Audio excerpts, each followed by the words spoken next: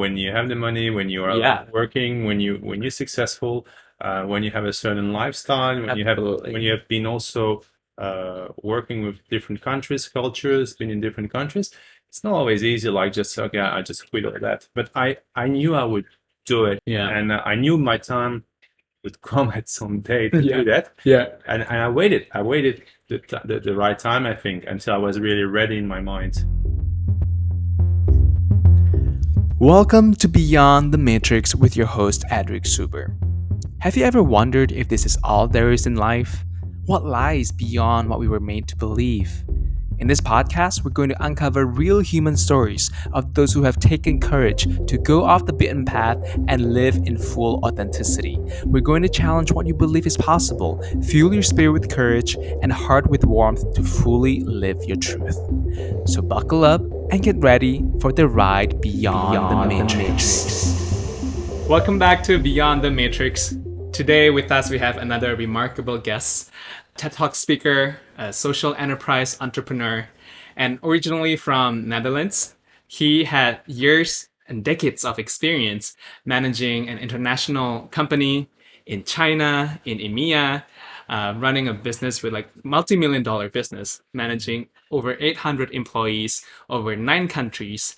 And after doing this for a while, he felt called to do something different and more meaningful in his life. And that's when he moved to Indonesia and started his social enterprise, Social Impact, donating and creating water filters for the underprivileged people and the villages in Indonesia. And till date, he has raised over $300,000 and donating over 7,000 water filters all across Indonesia, creating campaigns and funds for major events like the earthquake in Sumba, in Lombok, earthquake in Lombok, as well as the recent COVID relief. And not only that, he also speaks like 6 languages and also just a humble, down to earth, and also really fun guy to be around with. And it's just a privilege and honor to have him on the show today. So please join me to welcome Jeroen. Thank you, Edric. Yeah, Thank you for this nice introduction. yeah, you're so welcome. I mean, you're someone who have accomplished a lot in your life, and it just every time I meet someone like you who just has a lot of experience, yet so humble. You know, the first time I met you, maybe I'll share a bit of context of how we met. It was my birthday weekend, I think 2 weeks ago, and part of the celebration was to go to this village to deliver some food packages. I partner with Feed Valley, and then my friend Diana told me that, oh, there's this guy who is doing these amazing things, and he has been donating water filters everywhere, and it's so sustainable because it's not like just a one-off type of donation, but it's something that people can use all the time. And I'm like, oh, I gotta meet this guy. And you came on board like spontaneously, joined us on the trip, and you donated a couple water filters as well, give like a tutorial on how to do it, and then you join us to like dance with the kids, and it's just like there's something special about you where um, I grew up thinking like people who have accumulated certain level of experiences, Mhm. they become jaded about life. They Mhm. become uh, arrogant. They don't want to do the things that what you did, like just Yeah. dancing with the kids and doing the dirty work, going to villages. So I'm kind of curious, what what inspired Jeroen to be Jeroen today? Well, yeah, thank you for all that. Um, Basically, it's just because I didn't feel very happy in the situation I was. That's about like, yeah, 10, 12 years ago when I was still in corporate. And Mm, I just felt I had a great life until then. I had a good education, lived in different countries, lived in China 7 years when it was just booming. But I felt that's not the way I want to live. There's something missing, and I think mm, that was the giving back, because when in a corporate setting, you work for your shareholders, yeah. and in the end of the day, even if you do a good job, it's rewarding. You have maybe a good car, a nice house if you're an expat. What I had in China, you learn a lot, but then okay, there's something still missing, and then I Mm, decided I thought I need to do something different, mm, and that is what prompted me to look at social entrepreneurship. And also at that time, I was back in Europe after because that's where I'm from. I grew up in France, and I was back there, and I was just like missing Asia because Mm, previously I'd been living and working 7 years in China, and I thought I want to go back there. So these are two things. I wanted to go back to that part of the world, which I felt more was better suited me to live, and then mm, also basically doing something more useful yeah. and put actually the skills I learned in corporate and in terms of managing teams and people Mm, and performance more to let's say a cause, mm. and that's how I decided to move and to move back to Asia and to look at some opportunities. And when I found water filtration as a and water as a big issue in the world, and decided to focus on that. Yeah, I want to go deeper into that process or transition period Hmm. where, you've at that time you've worked in a corporate for like a couple, like 2 decades Yeah, almost, yeah. and you 20 years. climb the corporate ladder, you become the VP, and you manage Yeah. a huge team of like hundreds of people. And, I've worked in a corporate too as well, Hmm. and I've seen those at people at that level, they, like I mentioned, like when you build yourself up to like a certain place, you have that ego. Hmm. Like, you know your quality, you know what you're worth, and you have all these people reporting to you. And for you to be willing to let all of that go and to humble yourself down and create something new and give back to the community, I felt it's not something very common for a lot of people at your level to go through. So I'm wondering if there's something in your life before that shaped your values that you have today to be able to get to that level of humility and curiosity and to want to transcend all of this, all the ego, and really serve something bigger than yourself.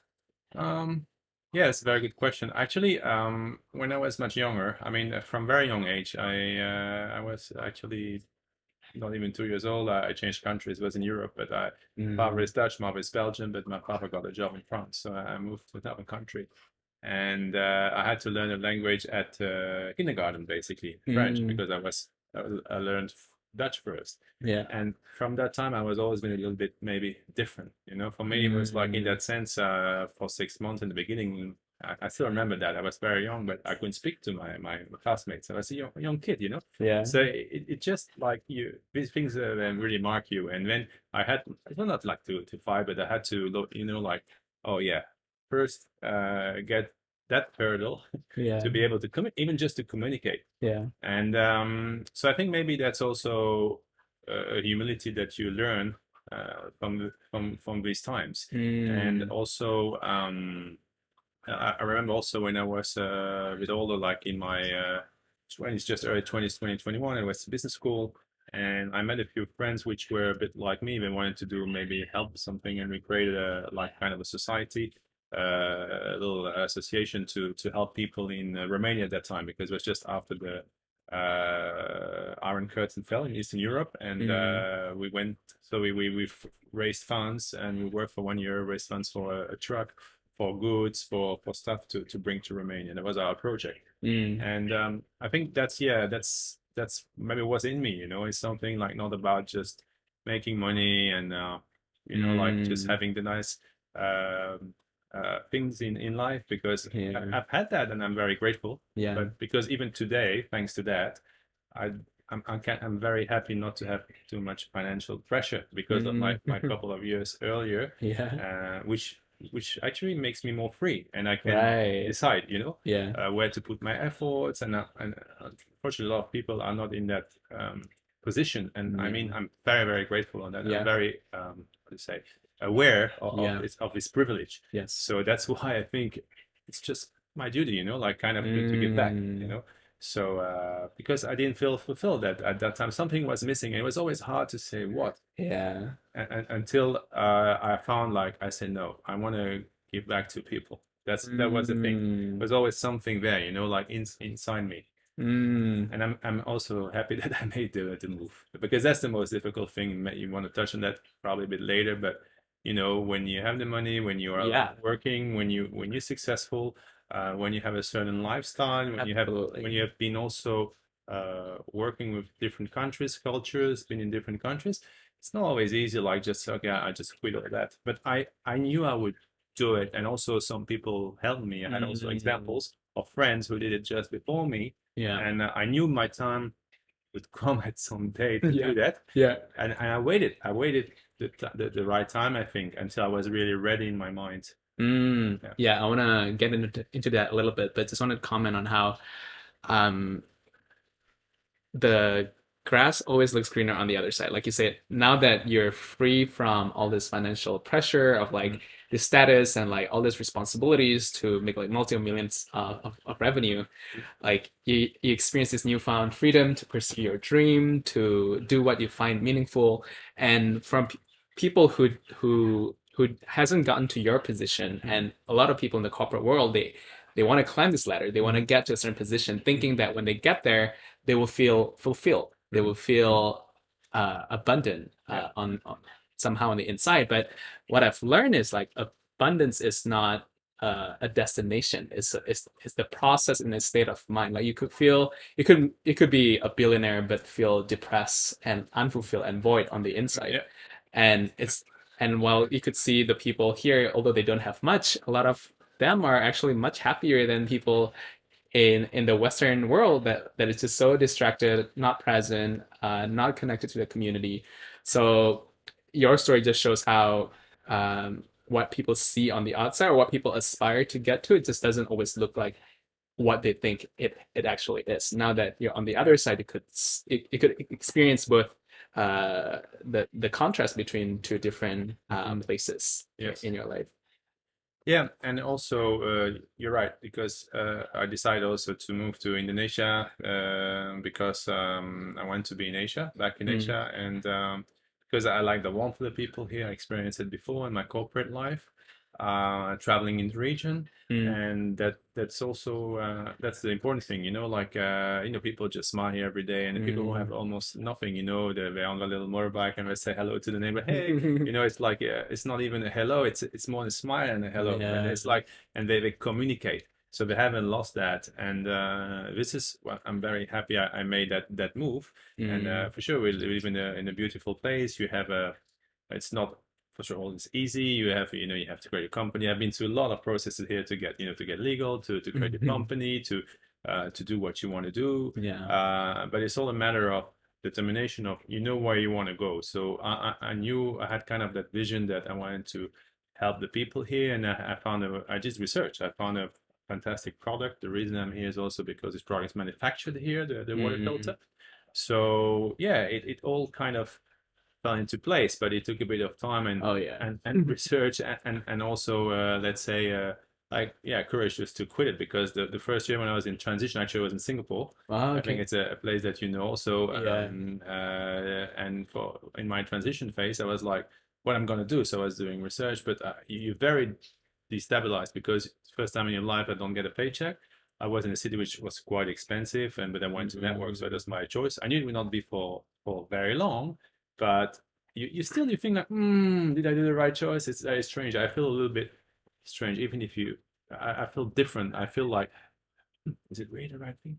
But then Mm. you feel deep inside it is, and you just need to go through that Mm. process and these new difficulties just to get your basically your act together and find your new project. Yeah, I could resonate so much with that because I just quit my job this year. That's still very fresh in my mind. Fantastic. You know, that stress and pressure and like self-doubt. Yeah.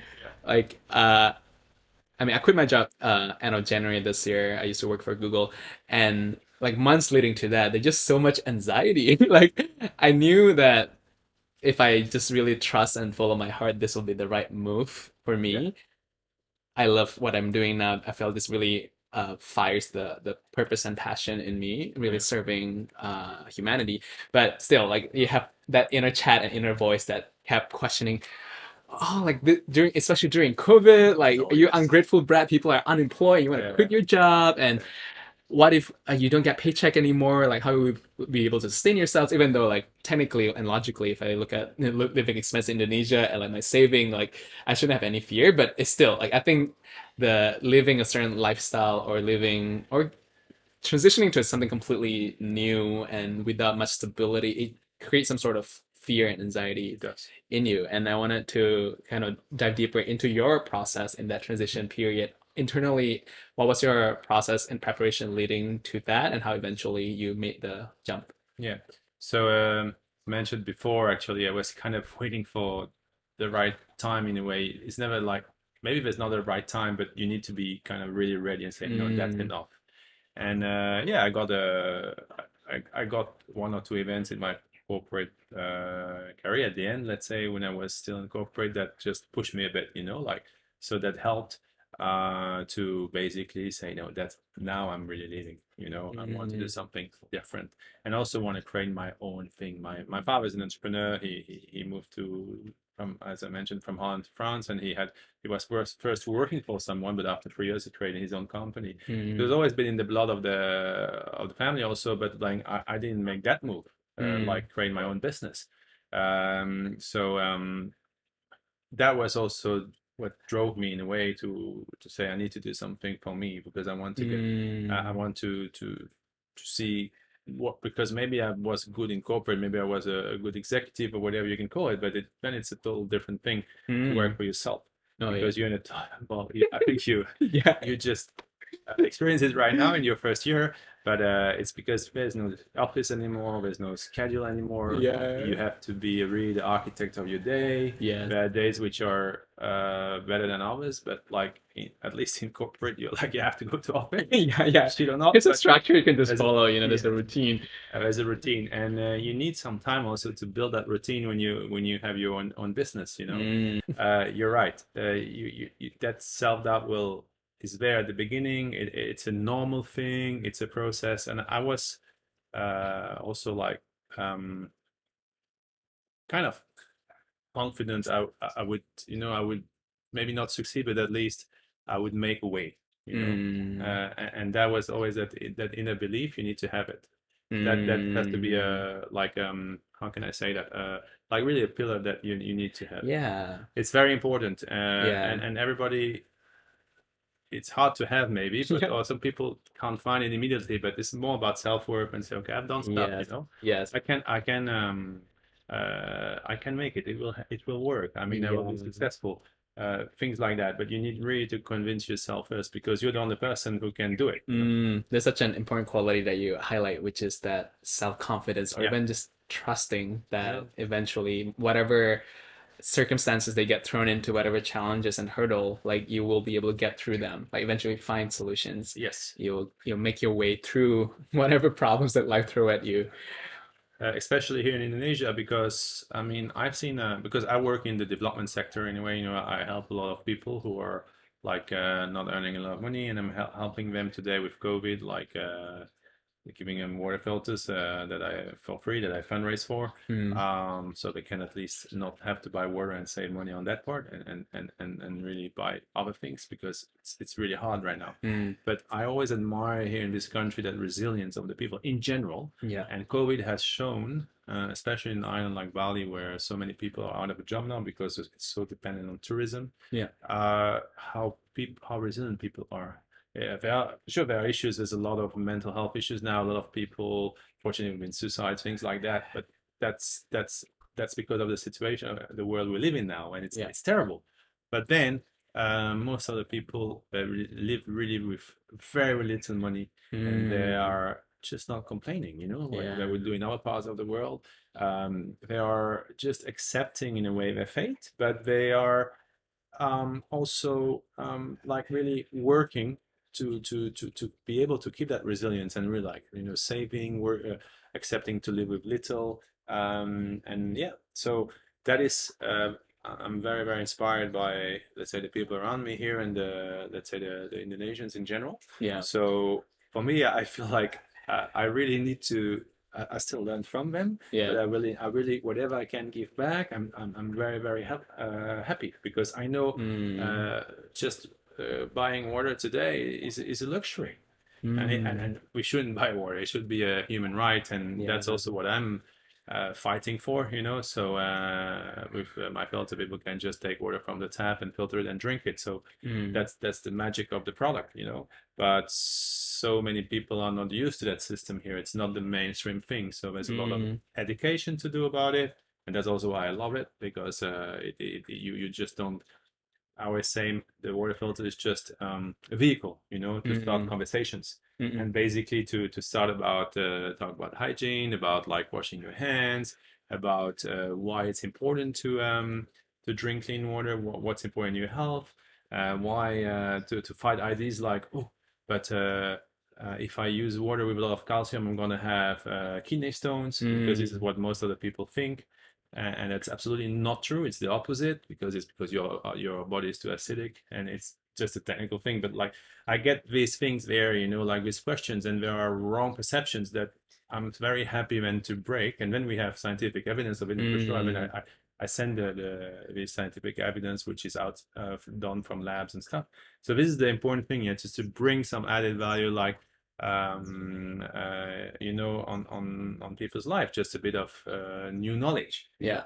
and very humbly, yeah, but that's important. Yeah. Totally. Like when you mention, when I learned that you're doing water filter, like I think for a lot of people, it could be easily from the surface, it looks like, oh, you're helping people like filter water and like help get clean water, which is super important because there's so many people today still don't have access to clean water. Mhm. And because a couple of years ago, I kind of studied charity water, Yeah. and that really inspired me to just see what else that is happening in the world that it's causing so much suffering and pain, and like access to water, which is something that we all take for granted, is something that a lot of people still don't have. Yeah. Like I remember the stories of people in Africa who like the girls were made to like carry this the The water bucket. jar Yeah. the bucket and walk like for hours to go Mm. to somewhere to collect the water, and then I think a story of like one of them, the jerry can fell by accident, and that an amount of shame that she carried caused her to commit suicide just because she didn't want to walk home empty-handed. Wow. So back to my point of like how it's easy to see like how what you're doing, oh, it's helping people get access to clean water, which is first is like a huge thing for health, but also it helps alleviate so many other uh, areas of suffering, which was inequality. Women don't have to Yeah. like go collect water, and like poverty. Once you have good health, then you could start going to school. I mean, I just want to put in more perspectives into the impact that you're Mhm. touching beyond just Yeah. health. So maybe you definitely could speak better to like what is the wide net of like impact that you're touching just by providing Sure. clean water to the underprivileged. Yeah. So we are like there are like more than, you have the Sustainable Development Goals from the UN. There are 17, and clean water and sanitation for all is number 6, Hmm. and that's the main one I'm impacting. But I've just counted ones out of 17, and I impact 11 of them. So Wow. like for instance, no poverty, also gender inequality, life below water, life on Mm, land, which is linked to pollution. So the reason I all started was one thing which was really like struck me is, and that's why I went into that field, mm. because there were so many issues. I didn't know what I would do. I just took a plane ticket to Asia and meet my friend, do a yoga retreat, and then I'll see what I'll do next in my life. Yeah. Well, put a simple way, but it was a bit like this. Yeah, I was about to ask, like, how do you go from like, oh, I want to do something meaningful to jumping into something very specific, like water filter, Yeah. you know? So that was in 2012, and I did research. So I stayed when I moved in Singapore. Discovered all these new things for me, like the co-working spaces, the Mm, young tech entrepreneurs, and all that. I was moving in that field. I was a little bit older, but it was very interesting, and trying to do so. But then I did research, and I looked at, okay, what are the issues in the world, and then suddenly a few things that I read about water, were, for instance, that in the world, so the let's say the kids who die from drinking unclean water, from like they get diarrhea, and mm, they still die because they drink unclean water. Waterborne diseases basically, and it's mainly diarrhea. The worst place in the world are Africa, number one, and second is Southeast Asia, where mm. we are here. But it is, for instance, in the statistics are horrible. Like every 2 minutes, a child will die from drinking unclean water in the Every 2 minutes. yes. Then in this country alone, it's still about 30,000, 29,000 children below. So it's infant mortality. So below 5 is mainly babies, 1, 2 years old, who die because they drink unclean water. because the parents don't know, or they just give him they just don't boil it. They just give the water. They have not the knowledge about it, you know. And so these figures just struck me when I read about this. Like in the world, it's 1 billion people, roughly, yeah, 1 out of 7 who don't have access to clean drinking water. So it's a lot. Yeah. And then access to proper sanitation is even more. Water and sanitation is 2.5 billion. So like meaning having a toilet, having a way to like a proper shower and things like that. So then I said, wow, there's something need to be done. And then I thought, okay, how can I help them? I don't want to be in like a pure NGO and just work on donations. Well, I do quite a lot because of circumstances and disasters, which I didn't know at that time. But I need also to be sustainable, so I sell the product. So I looked at water filters below $30. I did research on this. That's how it happened. And then I found a few companies in the region, Thailand, Cambodia, and in Indonesia. And I thought the system that I found in Indonesia was the best. I also didn't want to reinvent the wheel. I had like worked with factories for 20 years in my previous jobs in B2B, in ingredient fields for food, for pharma, for chemicals. And I said, let's take a good technology. And I found this technology here, moved here, and started to promote it. So this is the whole story, how it started, like how I got to this. It took a couple of months, and then from Singapore I moved to Bali and decided to do it. But yes, after now it's 7 years I'm doing this, and I still love it because we have such a big impact also on the environment, not just on the health, but also on the environment, because we reduce CO2 emissions in the sense that people boil water here to drink in the villages, yeah, or on wood or on gas. If it's wood, it's deforestation. People have to go far to fetch the wood. Again, often it's young girls or women. Yeah. So we reduce, let's say, CO2 emissions. So just my impact is close, just my sales of filters since 7 years, about 9,000 tons of CO2. Wow. That's huge. Yeah. That has been saved because people use the water filter and don't boil water. And then you have also the smoke issue in some villages, when they boil on wood, so they will just inhale the smokes because it's indoor. Often they do it in a kitchen. So there's also all these health issues. And then, in terms of plastic bottles, still environmental impact and the plastic bottles reduction, because that's the thing that a lot of people buy small bottles. And basically, just again, some figures, my impact on these on the 7 years, about 53 million bottles, plastic bottles of 600 ml, which have been saved. Wow. We can calculate that because people have the filter and don't, when they have the filter at home, they just take a glass, or we take a tumbler if they go out and like basically put the water in a tumbler and bring it with them. So that's another impact. Yeah. So it has, and also on gender inequality, because it's often in the villages women who go and get the water, have to walk miles, Yeah. So so it has a huge impact. So that's why I want to continue doing that. And also like there's the second part where NGOs, like fantastic NGOs like Charity Water, other NGOs work on, which is bring the access, basically building tanks to either collect rainwater or to basically store the water, and piping to houses. So this is and my product comes downstream, basically at the end, to just filter it, because you need water in the filter to be able to use it. Yeah. Yeah. So so this is the part where we work together, often with our NGOs. Like I did just recently a project in East Bali, where in a village where 60 families have been positively impacted. So one American NGO did sponsor the building of a huge 10-meter diameter reservoir to basically collect rainwater and also get water from the mountain down with piping, and then there would be linked to the houses. So it has just been built.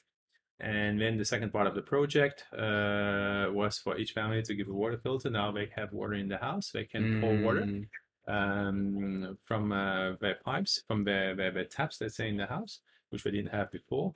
like basically in the filter and then and drink it. So this was Wow. a great project because they are like really on the mountain on the hill. Yeah. And generally, I asked it was about half an hour to get water, half an hour to go, half an hour to come back.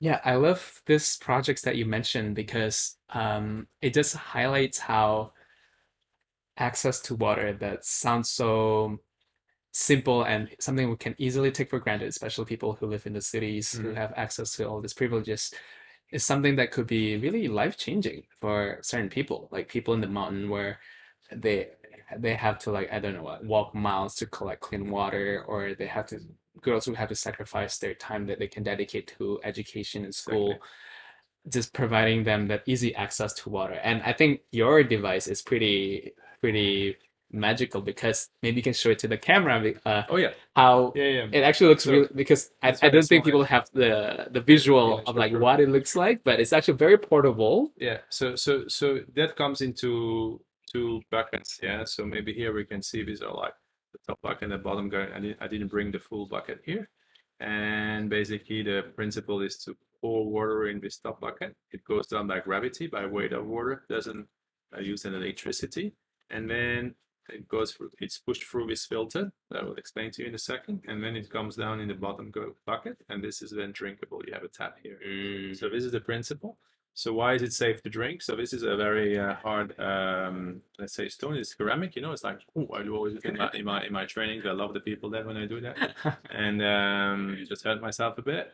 And you can't see, but there's zero point 0.4 micron holes here, Uh, very small holes, microscopic. You can't see them, but the water goes through here, and that's why because it's so small, bacteria and viruses can't go through. mm, And then there is they're basically too fat, yeah. So whatever comes in is free of virus and bacteria. There's a double protection. You have colloidal silver, which is coated within the ceramic. mm, So meaning that when the water touches, it also kills the bacteria and the viruses. So it's mm, basically to make sure that they can't get in. mm. They can't really get in by size, but then when they touch, they already get killed. So it's a very simple system, but it really is very let's say efficient. Yeah. And we have tests. We are approved by WHO. Mm, We do laboratory tests on water, and we're always basically fit for human consumption. Yeah, so yeah. meaning no bacteria, no viruses. And then the last thing is you can't really see it, but we could hear it here. There's some small stones inside, which are loose, black stones. So it's called activated charcoal or carbon, activated Mm, carbon. And this is basically stopping the things you don't want in the water, like pesticides, like chemicals. mm. So then whatever comes out here has no smell, Wow. no taste, because what gives the smell, whatever, it would be chemicals or like sulfur or whatever, which stinks, you know. Yeah. So that is really magical. And on top of it, it I always say it takes out all the bad things, but keeps some of the good. Some of the good meaning minerals. Yeah. What are minerals? Can be calcium, can be salt, sodium. So that's why we can't really. The only thing we can't really filter is seawater because there's too much Mm, salt and it would block the pores. yeah. But a little bit brackish water that could work, but you would Yeah. still have a little bit of a salty taste. It's safe to drink.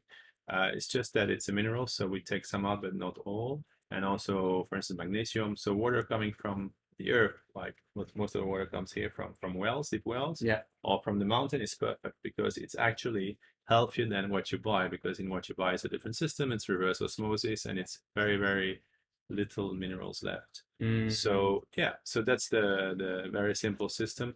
And yeah, just to give you an idea, I mean the basic system would cost around $20 only, you know, like for one unit, this included. And mm. the beauty of it, you can use that little thing for 3 years, and Yeah. you'll need to change it after 3 years. Wow. And to replace it, it costs $9, just that little thing. So it's very affordable, and that's why I started to yeah to work with this product, and Yeah. it's great.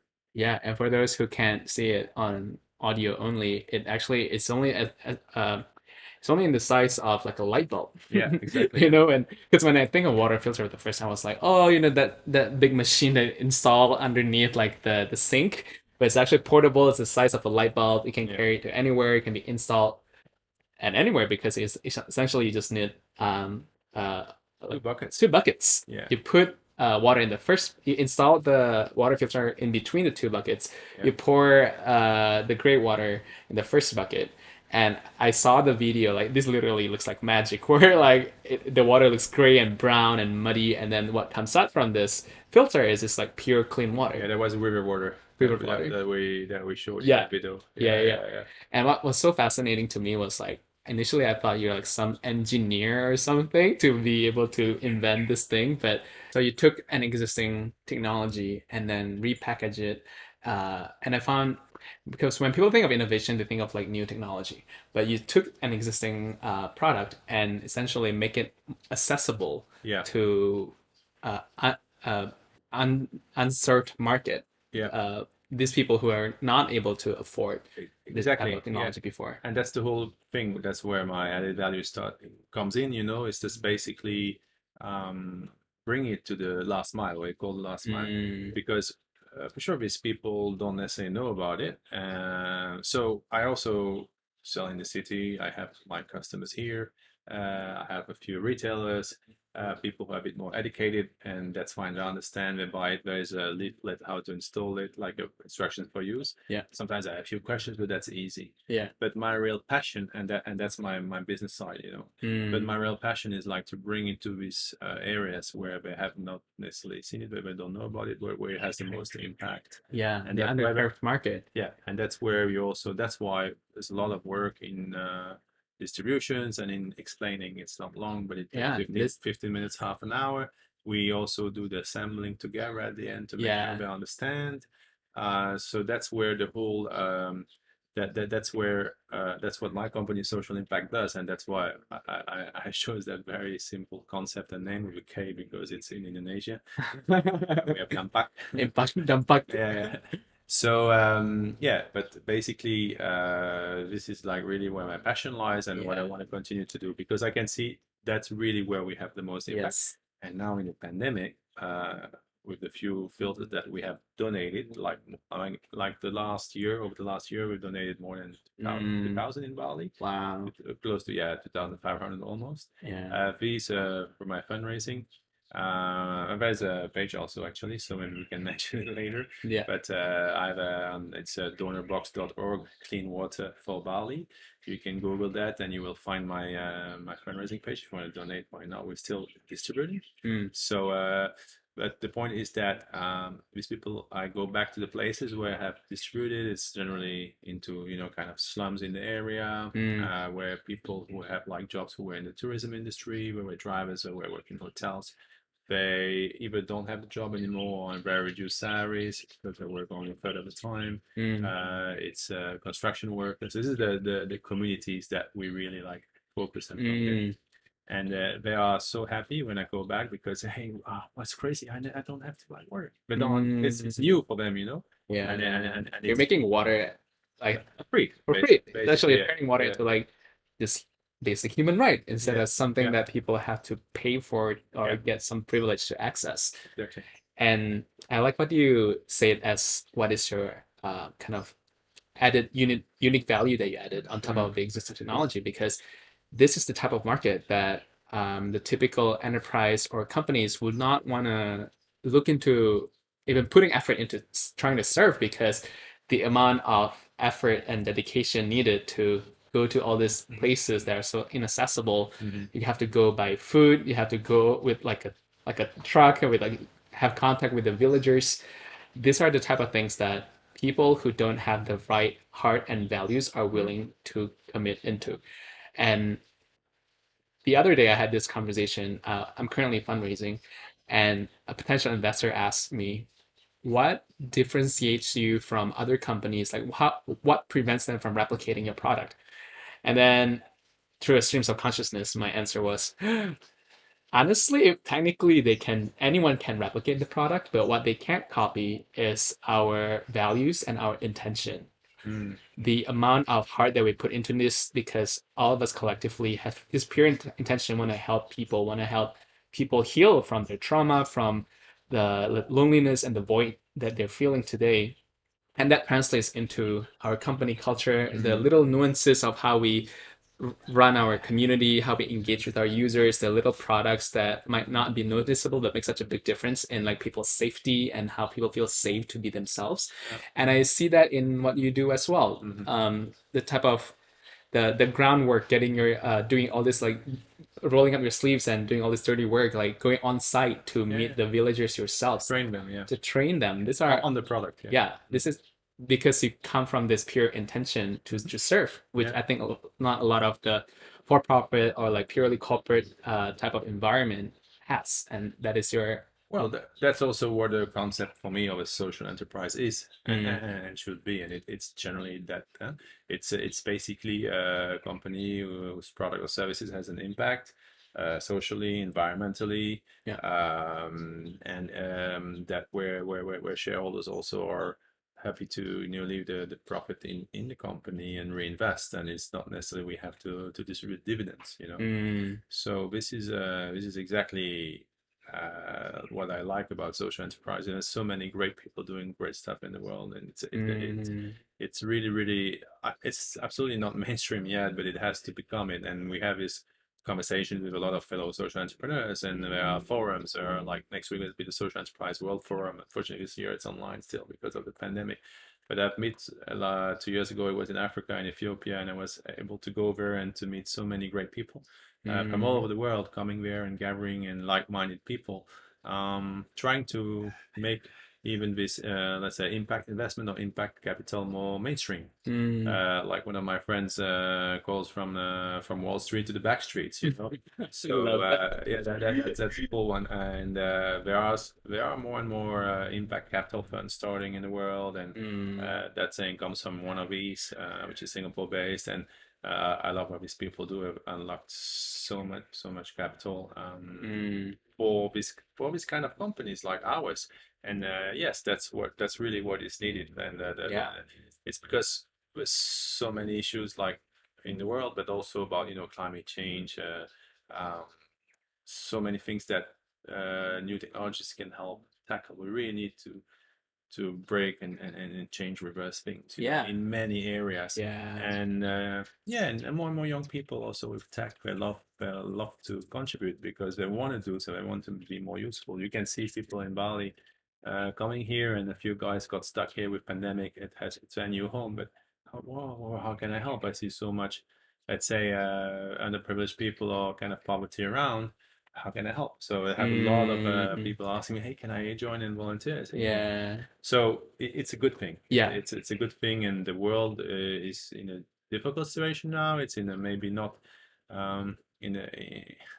It's very strange what's all happening to us right now, Yeah. but I think with the kind of work that we all collectively do as social entrepreneurs, it will can only get better. Yes. And I feel very hopeful of where we're headed to collectively. I think recently they did a research on Gen Z, and I think they're the maybe the first generation that actually specified they prefer working for a company that fulfills their purpose than making a lot of money. Exactly. So it I feel like this we're headed toward a very positive and hopeful trend where people are looking for meaning and purpose and starting to move away from all the materialistic values. Yeah. And uh, there's also research on because I think a lot of the resistance toward social enterprise was oh you can't make money or can't sustain yourself, but uh, they've done a research of like how when they look at the investment that was made through like different companies and companies with some social impact element in it, they actually made a return of 2 to 3 times more than companies without focus on social impact. Yeah. So it is becoming like a it becomes sexy now. Yeah. Yeah. Starting to. Well, it's yeah, and it has to, you know. The thing is that what you mentioned is right. You need to, and that's also why I have also my business side, which can also like sustain my company, Mm, and I can decide because it's my own company, mm, how to where to put the profits and how to, like sometimes like doing all these donations. This is more like non-profit work because yeah. I give the filter kind of as cost, for Yeah. these projects when I fundraise. I just make sure I cover my costs and that's it.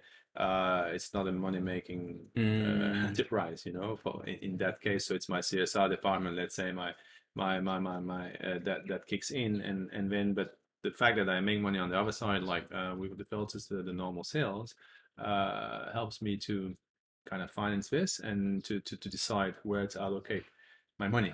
And mm, in the end of the day, the idea is not the money, is you need the money to survive, yeah, but it's the impact you have. So yeah, that's the first thing where you need to look and where you can be more impactful. But for sure, you need to have a sustainable business model if you want people also to invest. You need to find a way to make money, and there's nothing wrong about it. yeah. And it's just that the way you make money and then the way you distribute that money is different Mm, than the conventional way, and it has more meaning, and actually it's really more powerful like this. yeah. Yeah. I think the general perception of the ends of the spectrum was, oh, if I work for a company that makes a lot of money, then I will sacrifice the social impact. Or the other end of the spectrum, if I focus on companies with social impact, then I can't make a lot of money. But the in between exists, like what you're doing. You have the aspect where you're really focusing on the social impact, and what the products that you're selling are also actually contributing a lot to the Yeah. social causes here. So you don't have to choose either or. It can be both. And And it's sometimes very hard for people to understand and grasp. And I have like always discussion: Are you charity? What are you? And mm, no, I'm not a charity. I'm a company. I'm a social enterprise. I'm a yeah, for-profit, and I'm very proud to be a for-profit company, because that's exactly, we need to sustain yourself. You need yeah, to sustain yourself as a person, but then also the companies to be able, let's say, to survive and to reinvest. But then I have this luxury where with that money that because I don't have investors right now, it's yeah. my own company. Um, let's say, to reinvest where I want to reinvest it, and with experience, I know where it has the most impact. Mm, So that's the whole thing. And today in Bali, we have created a collective of NGOs working together, Bali NGOs and Associates. I'm also part of that, because mm, even if I'm not technically an NGO, but because we did a lot of things together, people gave food or wanted to help, like what you wonderfully did 10 days ago for your birthday, and then, but I bring the water side, so we go together. It's great, mm, food and water, yeah. and about this, what is even more beautiful is that after you've come, this is lasts for 3 years, so you can still continue and save money on the longer term. It's a sustainable product. So Mm, yeah, I mean, it's just like these things which when you have this impact, and yeah, and then the best is when when you save lives, so yeah. for the kids, because I've seen it after the earthquakes in Lombok. So I Mm, did a whole talk on this. I got very emotional about it every time I talk about it. But I went once to a village up the hills, and two young babies had died, like they were 1.5 and 2 years old. Because I said, "What happened?" Yeah, diarrhea, diarrhea. Well, they just were drinking unclean water, and the parents didn't have the access to the, especially with the earthquake at that time, it's complicated to get either to get the water to boil, to clean it. And but when we stayed for 4 hours, that night in my hotel room, I was like really devastated. I couldn't sleep for the whole night, but I knew that at least, maybe I was a bit too late. I was shit, but at least the 4 hours who were sick, we saved them. So like, this is the thing. You have to look at the mm, positive side, and when you really see that, I mean, like, you like, you then you feel, yeah, okay, it's really meaningful what you do. yeah. Yeah, Is that what keeps you going? yeah. Because doing what you're doing is not easy. It's No, tiring. it is. It's Yeah, it you is. raise Yeah, like hundreds of thousands of dollars. Not only that, you actually go on site to be with them and yeah, explain how it works yourself. And yeah. Well, that's a commitment, that's it. I mean, it's not an easy product for my target population, especially when mm, we are in the, on say, on the on nation donations, and when we give them away for free. But that's a prerequisite, and I just, we have to, I'm very accountable, and how you say that, I mean, I report to my donors. I do report. mm, I send them pictures, reports on where I've been, what kind of community we've served, and that's the minimum. I think it's a normal thing to do, but I want to make sure these things get used well and properly, so I know how this has to be done. So that's mm, that's it. It's just it's just my job, and I love it. Yeah. It's okay. I mean, Yeah. And what I gather is also that the big motivation is knowing that you're actually making a real impact and difference in someone's life. You're actually saving lives. yeah, in these cases, yeah, when we can't really quantify that, but I've seen, as I said, in the Lombok experience after earthquake, I've witnessed it like for real, Mm, and then like wow, and we know that that's my thing. I want to push that number down of 28,000 kids still dying every year in this country from mm, waterborne diseases, and this is a very simple technology that can prevent it. But the people who are generally faced to this are faced with these issues don't necessarily know about it. That's our job to bring them there. yeah. Would you say you're naturally more empathetic and in touch with your heart in terms of uh, wanting to care for others than a general people? Because I mean, people see this type of stats almost every day, number of people dying, but then it becomes just like another Yeah, statistics. exactly. They Yeah. they don't act. But for you, you're so driven to constantly raise the bar, to constantly scale your impact.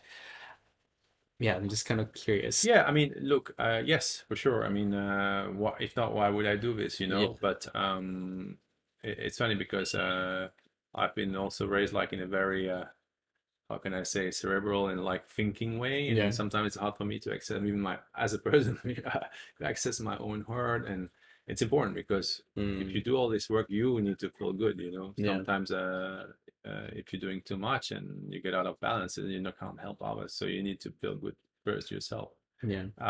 Yes, and I developed that over the years, and I have seen so many situations and so many things where, yeah, difficult situations, but I mean, I think like I know I can alleviate a bit of this, so this is just a Mm, privilege, and I think it's a privilege, and at the same time, it's for me, it's a duty because I've learned how mm, to approach these people. I speak the language here, I know how to organize this. I have sometimes people helping me, volunteers, this, that, someone coming to film or whatever. So I have to organize my little team. yeah. And that is also I've learned all this through my corporate experience. So it's all good because I wouldn't be maybe able to do all this and have this let's say this energy still if I Mm, hadn't been through, let's say, my life and my corporate years. So yeah. because I was on very high tempos, on very high, like on very long working hours and with a lot of pressure.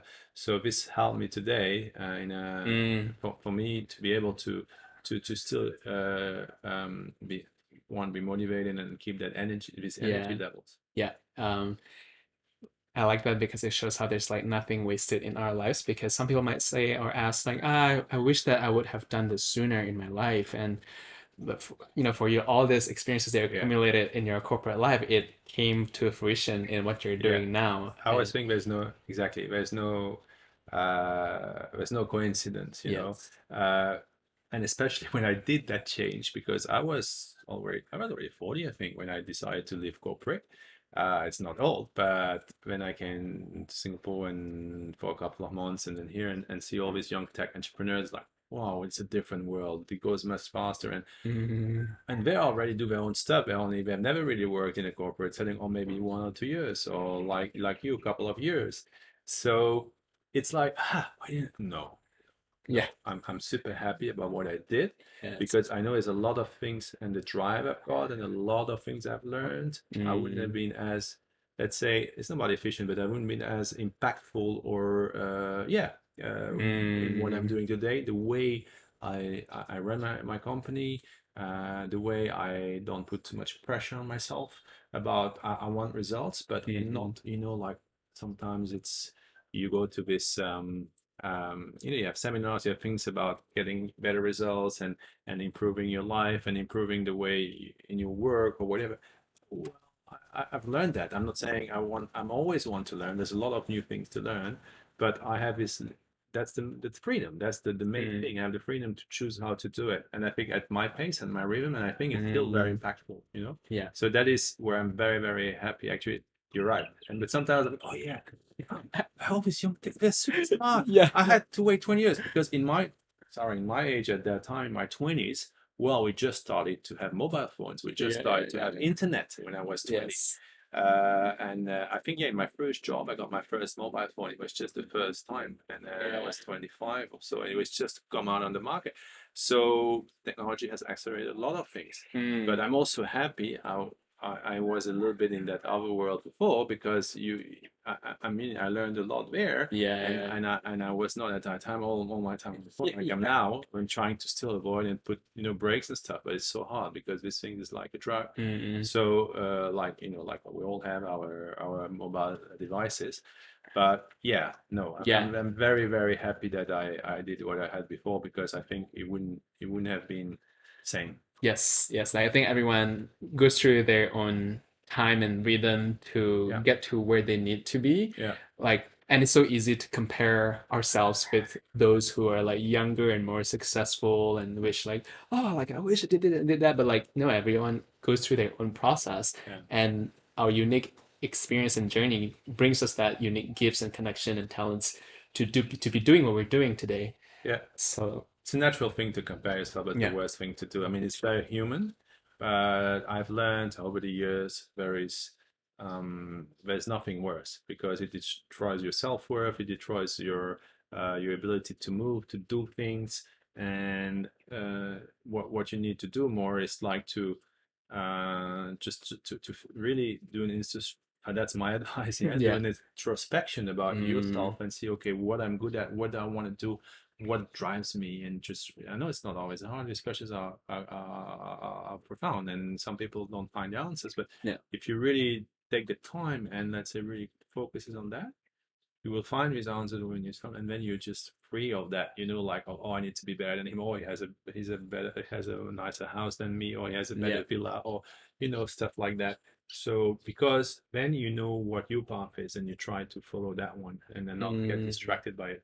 Easily said, yeah, yeah. but it's true. I mean, I've learned that a long way, and especially in this area of sorry, in this era, and also in a beautiful island like Bali, where, well, it's been a bit crazy rampant development before COVID hit.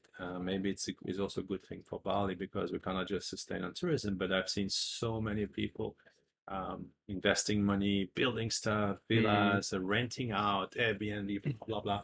Just the money world. yeah. What about the environment? What about the water crisis in Bali? What about like all these unsustainable issues which we'll have? So in the future. And this is maybe for that, COVID is maybe a good thing. If only one good thing we can mention Mm, about COVID here. So and I have not invested in here. I mean, I'm not interested.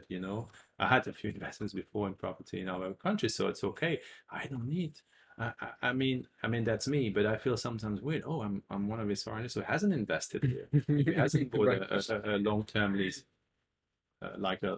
hasn't taken a lease for 25 or 30 years. Yeah. It's like, no, but again, just come back to someone. Yeah. What are your values? Yes. And I don't need it, and I'm Yeah. fine. Yeah, it's so easy to get like tempted by what the media portrays or like what our Yeah, social circle is, the lifestyle that they have, and we're like, oh, I don't have that. Do I need to have that? But really, do I really want it? Like you said, really coming back to yourself. Um, And one thing that you mentioned that really gives me a lot of joy and hope was how you mentioned that you grew up in a family that was pretty kind of intellectual, that you're more in touch with your mind, but eventually you got more and more in touch with your heart and your yeah, empathy. And I found myself in the similar journey where in the past I used to be a very egocentric person. I never thought of volunteering or donating or like bigger something bigger than myself. But hmm and then for you it for me, like, going through a lot of transformative experiences and like knowing that there's nothing that gives me more joy and fulfillment than helping others. yeah. I saw it the other day. I didn't know you.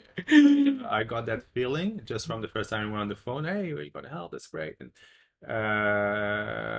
yeah, it's true. Yeah, Yeah, yeah, yeah, yeah. yeah. And I mean, I can see that. You can see the authenticity. I can feel that Mm, because I also work in this arena of let's say help development. So you can see the people who have agendas who come, mm, like for mm, like that's not being seen, but like, okay, I've donated money, I'm doing that just to have a name or being tagged or whatever, you know. Mm. So yeah, unfortunately still exists, but at least, well, whatever. I mean, it's okay, they still help. But then in the end of the day, it's, you know, that's what you say. Yeah. It's to be closer to your heart and just be more authentic Yeah. in what you do. Yeah, so Yeah. it takes time. You need to build that. As I said, yeah, I'm not. Yeah, I still have a lot of work and a lot to learn at this level. And Mm. I do a lot of different stuff like meditation, like Yeah. qigong, and all sort of stuff to get closer to that. And but still, it's not Mm. natural. You know, you Mm. know what I mean? Yeah. And but then and the benefits, like you don't feel them always immediately, so you need to be patient. You know, and that's the Yeah. important thing. But just breathing and Yeah. taking a breath is enough, and you can sometimes just fully refocus. Yeah. Yeah. Yeah. Mm. And I think the moment, Reset. yes, and then the moment you have exposure to this, like how good it feels to be in service for others, to be part of like a bigger collective, like you see a difference. You see life, at least for me, and sure it's Yeah. for you as well. You see life differently, and then you feel more drawn to here, to coming back Yeah. to this heart, because you know how good it feels, and you start to I started to disassociate from all this pleasures that I thought I would get from all the materialistic pleasures and validations. And I think similar for you, the more that you do this, the more that you want to do this, because how good it feels for you and how Yeah. good it feels to be of service and of value Yeah. to everyone else. Yeah. Yeah. Yeah. If you were to let people walk away with one thing from your long and inspiring life journey, what would that be? My God, that's yeah. I just would say that I think everything is a process in general in life, and if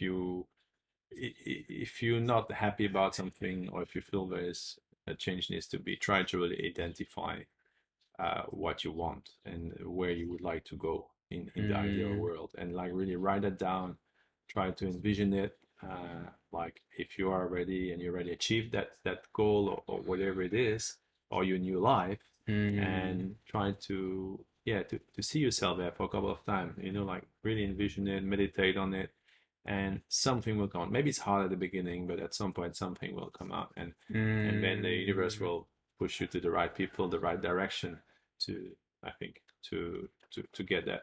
But just overcome your fears, you know, that little voice into you. yeah. This is like, I mean, still for me right now, sometimes I'm like, you know, I really need to shut that thing down. But it's important to believe in yourself. Mm, We're all humans. We all have capacities. I think we use only 20% of our brain capacities. There's so much more than mm, that you can do. And as long as you believe in yourself, and there's nothing also about aging or whatever, yeah. you know, like the like brain memory, everything when you get older, it's all about um, uh, starting to forget things. It's because you don't train your brain. If you think that you will not forget, if you think you just send a message to your brain, I'm gonna just practice with my brain and remember things, trying to exercise with it, it Mm, will stay longer and better. So this is the same thing, you know. I mm, think this is scientifically proven. I was just reading a book on that by Deepak Chopra. Deepak Chopra. It's called Super Brain. So yeah, it's very important, and it's all coming back to the same thing. Uh, Trying to learn. Now there's so many things you can learn online, you can see, and if you have a passion, something, try to deepen a bit of your knowledge on it. Talk to people in the area, mm. and then see if that's the thing for you. Yeah. And what I took away from your story is how it's never too late or even too early Yeah, to make any changes in your life. I mean, you made yeah, that jump when you're in like your 40. 40s, Yeah, just when you're early 40s, 40, so it's just 40. and you completely revamp your life. You founded a new product, whether you're not an engineer. It's just really inspiring to hear how you just make this jump and then you made it work and you believed in yourself, and that's the beautiful reminder and a key quality that you need to have in entrepreneurship or anything that you do in life, which is the trust in your own ability and capacity, and that Yeah, the universe is in support of doing what you're meant to yeah, do. yeah, And the thing is also about like empathy, like how it affirmed how I genuinely believe like we're all born as a caring and loving human being, Yeah, that the society that we live in with all the different conditioning and all the things that kind of dilute our pure values as human being to care for one another, that is what causes so much like